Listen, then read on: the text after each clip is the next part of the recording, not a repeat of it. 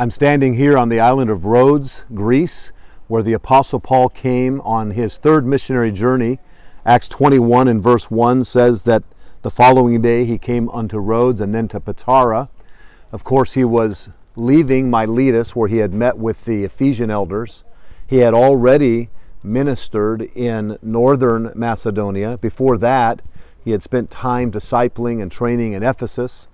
The great revival of Ephesus took place there as men and women were burning their curious arts.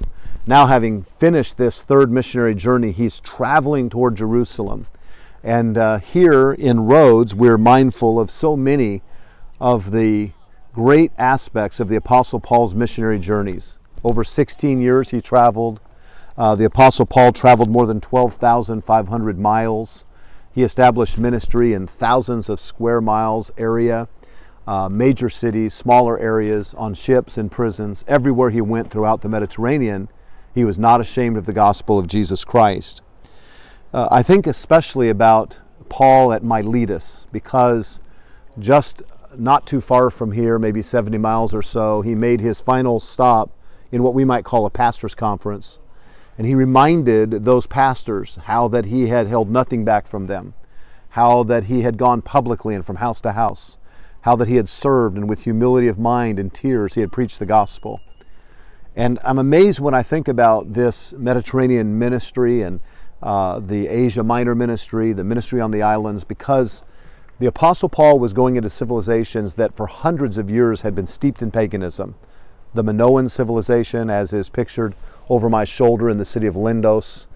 They had worshipped the goddess Gaia, they had worshipped Zeus and Apollo, and Paul was stepping into very, very wicked cultures, and yet the gospel was so powerful. And everywhere he went, the Jews opposed him because they hated the teaching of the death, burial, and resurrection of Jesus Christ. Yet I'm mindful of the revolutionary power of the gospel of Jesus Christ to take people who have been steeped in tradition for centuries and to awaken them to righteousness and a relationship with God through Jesus Christ.